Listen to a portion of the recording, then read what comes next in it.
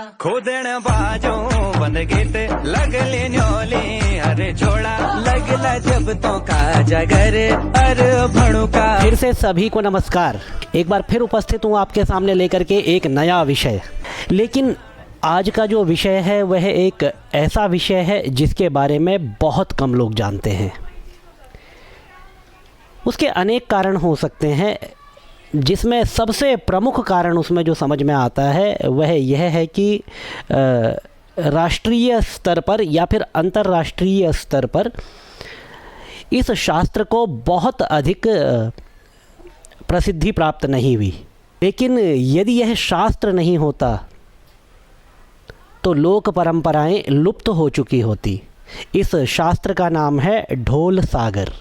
जी हाँ, ढोल सागर उत्तराखंड की जो ढोल वादन कला है उसका एक प्रमुख शास्त्र है, जो कि संस्कृत भाषा में लिखा गया है।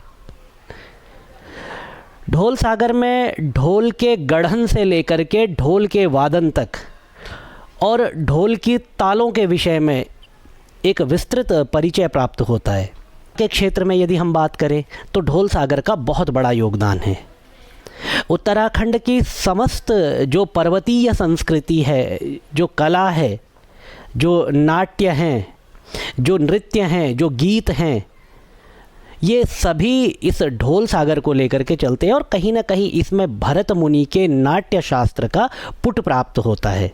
इस वाद्य यंत्र को दमाऊ कहा जाता है, जो कि ढोल के साथ बजाया जाता है। अब यहाँ पर कोई दूसरा बजाने वाला है नहीं, तो दोनों को मैं ही बजा करके आपके सामने प्रस्तुत करने का प्रयास कर रहा हूँ। तो देखिए किस तरह से दमाऊ बजाया जाता है। सबसे पहले धुयाल,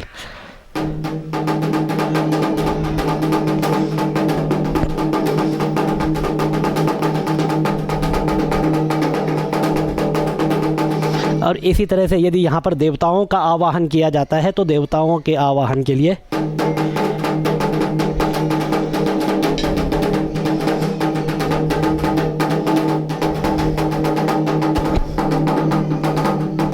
और यदि इसमें नृत्य की भाव में जब इसको बजाया जाता है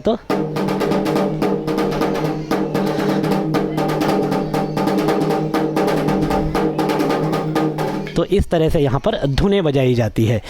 तो इस तरह से ढोल और दमाऊ दोनों की धुनों को प्रस्तुत किया जाता है। यद्यपि ये इसका एक छोटा सा रूप है। इसके जो जानकार, जो औजी समाज होता है, वह इसका पंडित होता है, इसका जानकार होता है और इन धुनों को इस तरह से प्रस्तुत करता है कि साक्षात देवता वहाँ पर ऐसा लगता है जैसे अवतरित हो गए हों। वाद्य यंत्र है, इसको ढोल अथवा उत्तराखंडी ढोल कहा जाता है। इसके निर्माण की जो संपूर्ण विधि है वह ढोल सागर में लिखी गई है।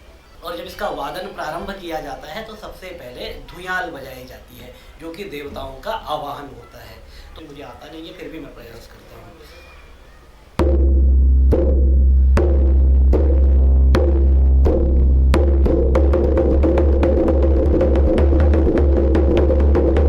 देवताओं का आवाहन किया जाता है, तो देवताओं के आवाहन के लिए इसमें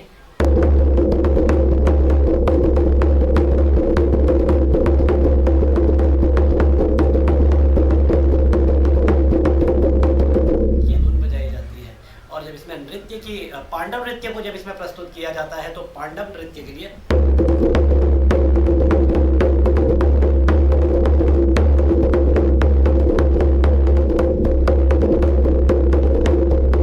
ये इसमें धुन बजाई जाती है।